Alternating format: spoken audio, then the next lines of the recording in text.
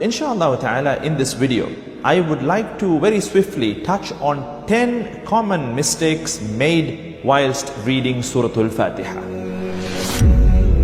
Assalamu alaikum wa rahmatullahi wa barakatuh. My dear brothers and sisters in Islam, Surah-Al-Fatiha is considered a very important and from the opening integrals of a salah of prayer. We read it regularly on a daily basis in every single prayer. And this integral, you have to bear in mind that if one were to make a mistake whilst reading it, and if the mistake were to lead to the meaning being distorted, that would render the Surah-Al-Fatiha as invalid, and in turn would render the entire salah, the entire prayer, as being invalid. May Allah subhanahu wa ta'ala protect our prayers. We put in a lot of effort to pray, and we hope and we pray that our prayers be accepted by Allah subhanahu wa ta'ala. So for that, we must ensure that we fulfill the rights of prayer, the rights of reading Surah-Al-Fatiha. And that's why it is important for us as believers to work on improving our recitation of the noble Quran, starting off with Surah-Al-Fatiha.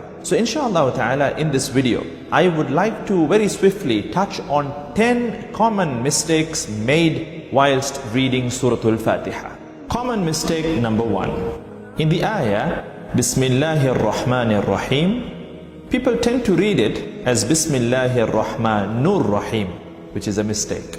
There is a kasra under the noon, and the right way to read it, Bismillahir Rahmanir Rahim, and not Bismillahir Rahmanur Rahim. Mistake number 2, Alhamdulillahi Rabbil Alameen. In that ayah, people tend to read it at times as Alhamdulillahi Rabbil Alameen, as in they go on to put a sukoon on top of the dal in Alhamd, whilst there's no sukoon there. It's actually a dhamma, where you make the do sound.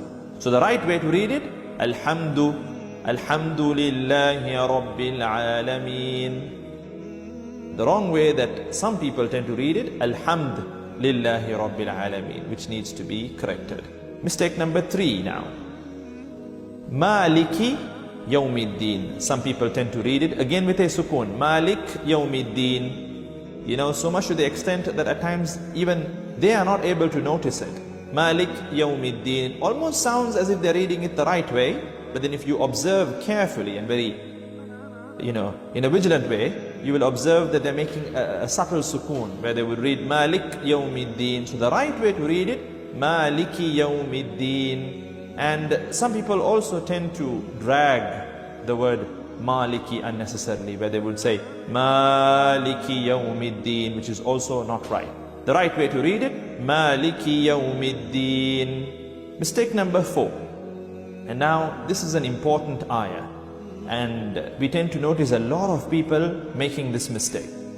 The ayah that needs to be read as Iyyaka na'budu wa Iyyaka. You know the word Iyyaka, there's a shadda, so there's this layer of emphasis, Iyyaka, Iyyaka. But people tend to read it very loosely. They read it as Iyyaka na'budu wa Iyyaka nasta'in, which entirely distorts the meaning. It changes the meaning from the right meaning, which is Ya Allah, you alone we worship and you alone we seek help. It changes it from that to, O sunlight, we worship you, O sunlight, we seek help from you. So this is something very serious, and we need to work on correcting this mistake for those who are making this mistake. Moving on to common mistake number 5. If you take the ayah, Ihdina siratal, people tend to make a mistake where they read it as Ihdina siratal. So saratal, that's wrong. The right way to read it is with a kasra over the letter sad. Ihdina siratal. And then the ra too, some people tend to read it as Ihdina sira, flat mouth, whilst it needs to be read round mouthed.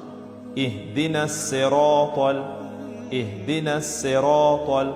Common mistake number 6 in the ayah, Alladhina, people tend to read it with a Z sound, Allazina, Z, whilst the right way to read it, because the letter there is the letter Dhal, you need to read it Alladhina, Alladhina. And another mistake that people tend to make is with the word Alladhina and an'amta, they tend to join the two words unnecessarily when reading, and they read it like reading one word. الَّذِينَ أَنْعَمْتَ الَّذِينَ أَنْعَمْتَ. The right way to read it, الَّذِينَ أَنْعَمْتَ. So basically, الَّذِينَ أَنْعَمْتَ عَلَيْهِمْ الَّذِينَ أَنْعَمْتَ. First hamza and then ayn. The next mistake, the next common mistake that people tend to make is with the word al-maghdubi. So, غَيْرِ الْمَغْضُوبِ. They tend to confuse the letter ghayn with the letter ayn. So they tend to read it غَيْرِ الْمَعْضُوبِ, which is wrong. The right way to read it, غَيْرِ الْمَغْضُوبِ غَيْرِ الْمَغْضُوبِ. And then the word ضُوبِ, al-maghdubi, the part ضُوبِ, they tend to read it as lubi at times, or dubi with a dal or a lam, whilst the right way to read it is with the letter ضاد. So غَيْرِ الْمَغْضُوبِ عَلَيْهِمْ. And the last mistake towards the end of the surah that people tend to make is with the word waladda. So there, at times it is read as walad with a dal, or walat with a ta. The right way to read it, because it's a dad, waladda, waladdallin. So غَيْرِ الْمَغْضُوبِ عَلَيْهِمْ وَلَا الضَّالِّينَ. So as you can see, there are common mistakes that we tend to make when reading Surah-Al-Fatiha. And given that Surah-Al-Fatiha is an integral, it is upon us, it's a work in progress, and it is upon us to improve our recitation of Surah-Al-Fatiha. بسم الله الرحمن الرحيم.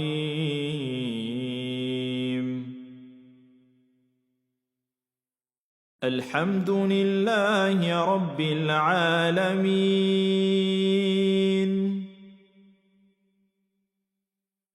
الرحمن الرحيم. مالك يوم الدين. إياك نعبد وإياك نستعين. إياك نعبد وإياك نستعين.